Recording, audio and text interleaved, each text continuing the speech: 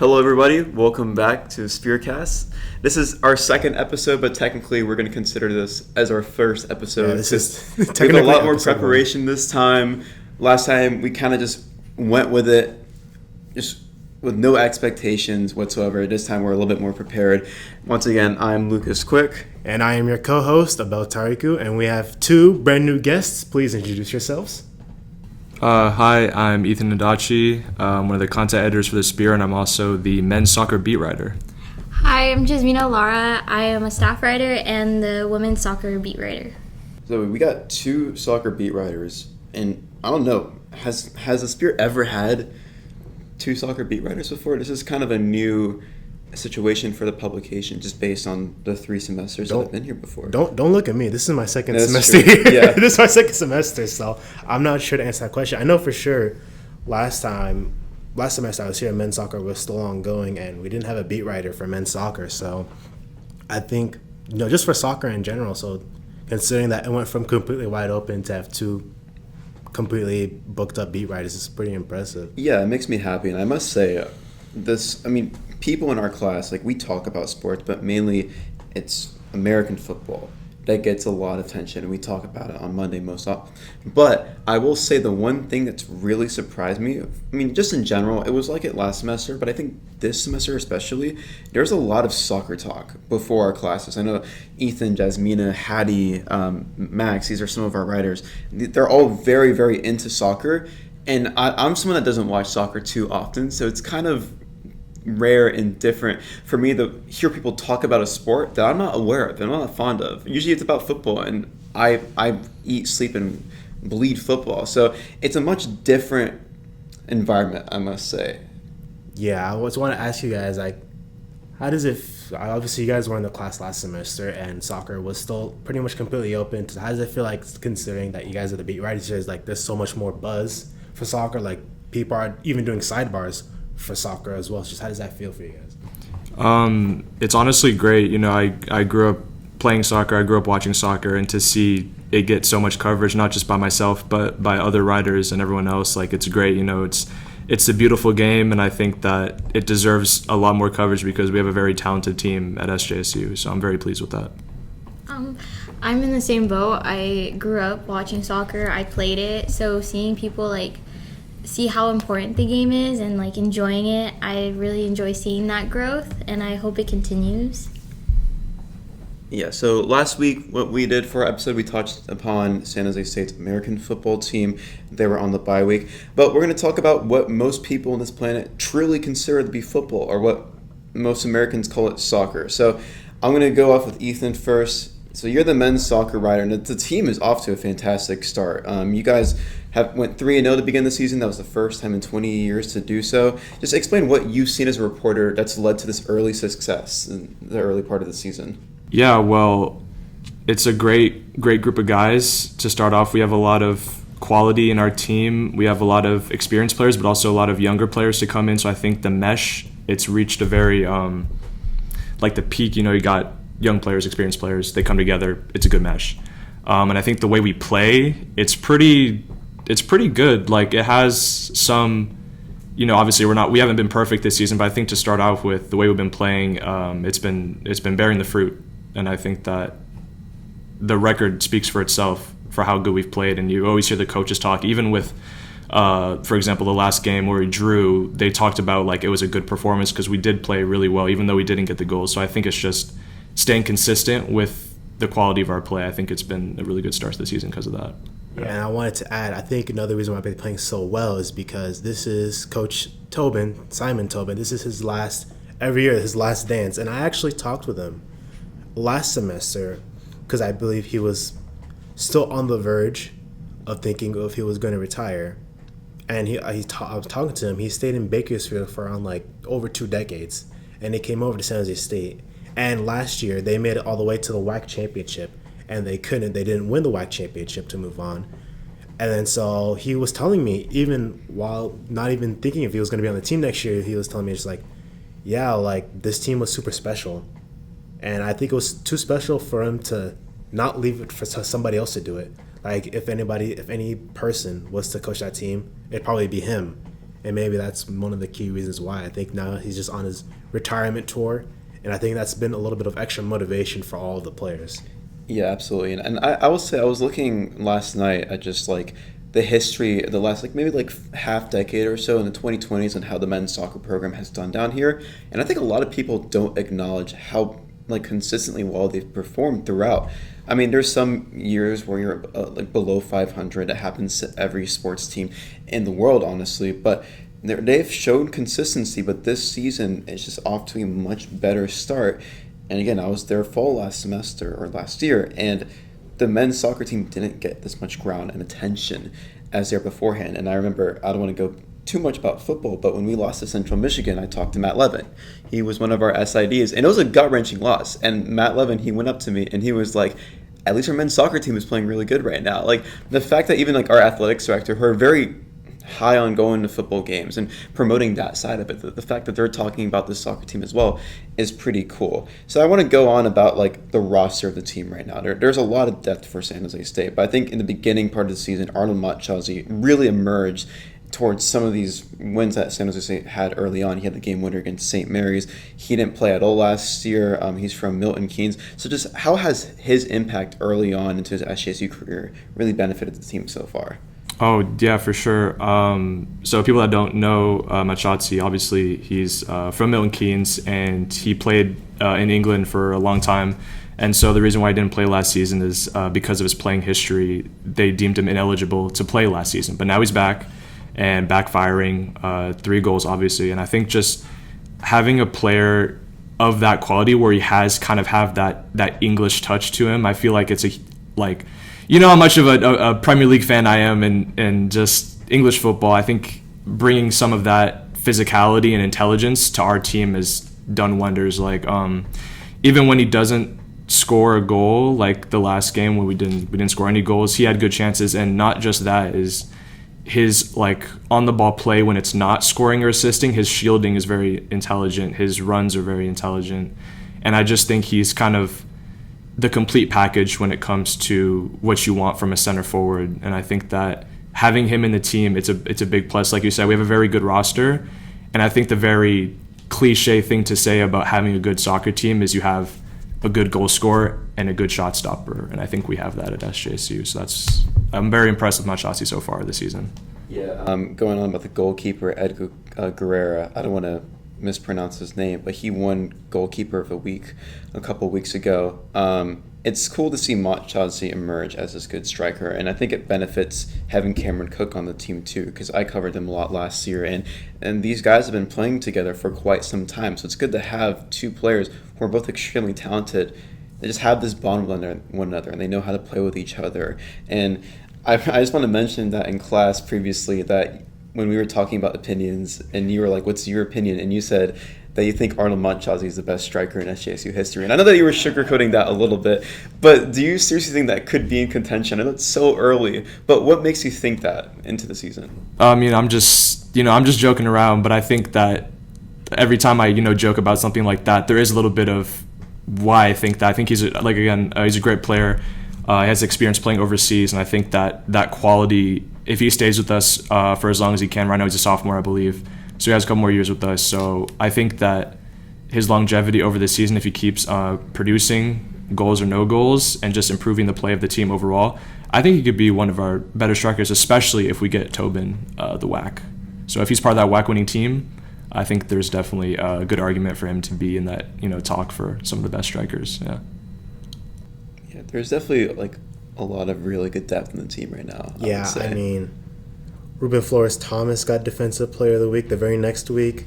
Gilberto Rivera has won Defensive Player of the Week. Like, honestly, this team probably looks as strong as I don't even know what I'm saying at this point. I'm just saying that it's such a very, very strong team. There's not much else they could probably say. Now, if you want to go to Jasmina, not as pleasant looking compared to the men's side. I mean, it's kind of hard to compete with them, but you've obviously seen a lot of changes. Brand new head coach after the previous coach stepped down, I believe. The new coach's name was Sonia Carvello. Sonia Carvello, that's correct. So what's kind of been the vibe like now with the new coach trying to get into the new season? I think she's trying to still figure out the team. I know I've interviewed her for the game against UC Santa Barbara. She even says it, like she's trying to figure out how each player it plays themselves and how they play together and mesh.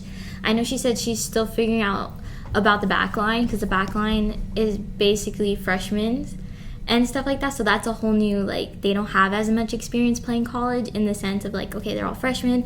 But I think she's doing a great job in seeing how she can coach and come into it. Because when you have a new coach and their style is different, it's definitely, like, as a player, you're learning to be like, okay, this is their tactics are like this. I have to be like that.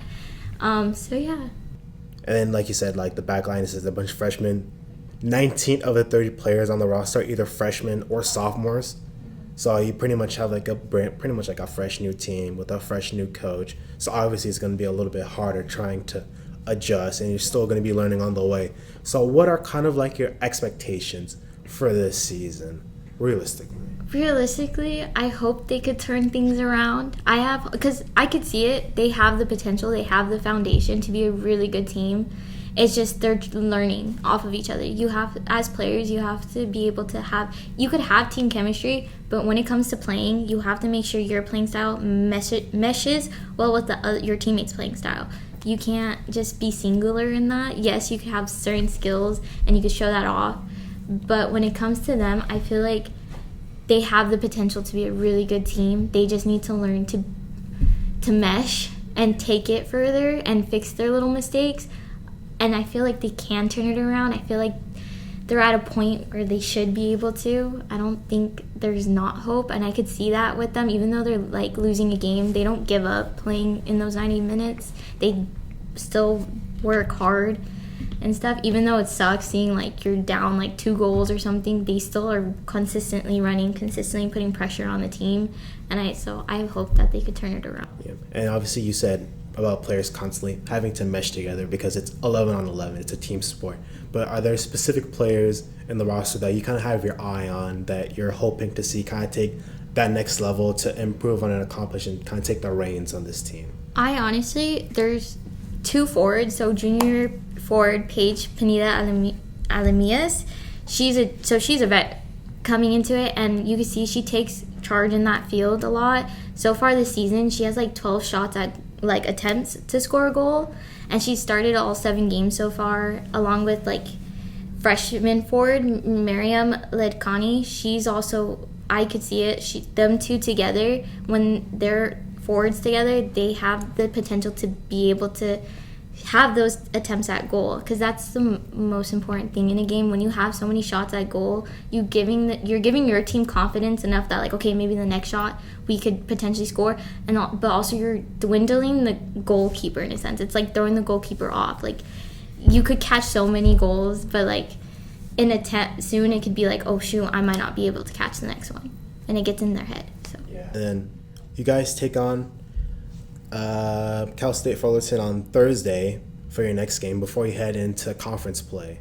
So what is the one thing that you want to see from the team in that game to kind of be like, okay, maybe this team can really turn it around in the conference and can really heat up?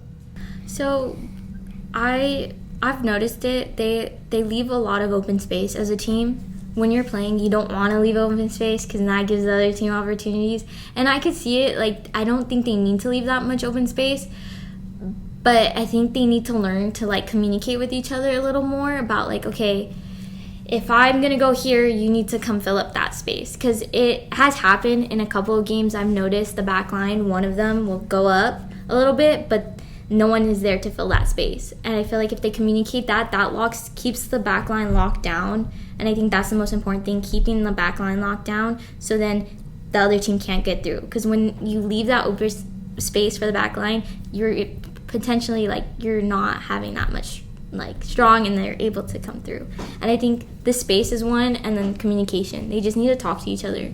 And I feel like if they talk to each other, like especially the goalkeeper, as a goalkeeper, you see in the whole field, if she's like vocal and there, I feel like that helps the team too. Along with the forwards, like sometimes they like take their time with trying to shoot, and yes, I get it, like wanting to have the perfect goal, but you have to just shoot the ball. Like I said, the more shots on goal you get, the better of a chance you guys can potentially score. Communication is key. Like I would play either goalie or striker, or specifically like in the wing, and it's just like I can't read your mind. It's just like I gotta tell you what to do. Like you can't read my mind, I can't read your mind. Like tell me what you're gonna do, because like if I'm running and I'm expecting a pass, I'll probably like wave my arm up, but you're not. I'm expecting for a pass, I'm calling for a pass. But if you just pass it, I'm not even looking at you. I'm just like, so what was that for? So I definitely agree that communication is a very, very big thing.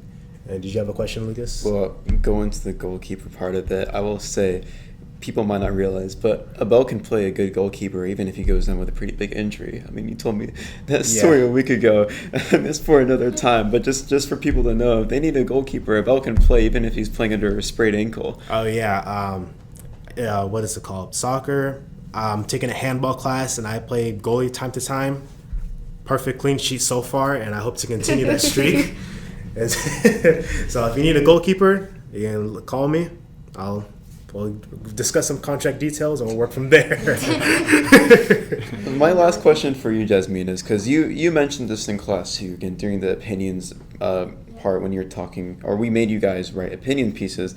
And again, I don't want to put words into your mouth, but I know the goalkeeper situation, they're currently rotating around players, but you mentioned to me how you think Paige Fry should ultimately be the starter. So what have you seen from her, and what makes you think that this could benefit them moving forward? From what I've seen and from the games I've seen her play, she does a lot of communicating, like I said, with the back line. She's constantly telling them, and I could see it and stuff like that, along with she does have a history with the coaches. Like, it's nice to know that, okay, these coaches know her playing style and everything.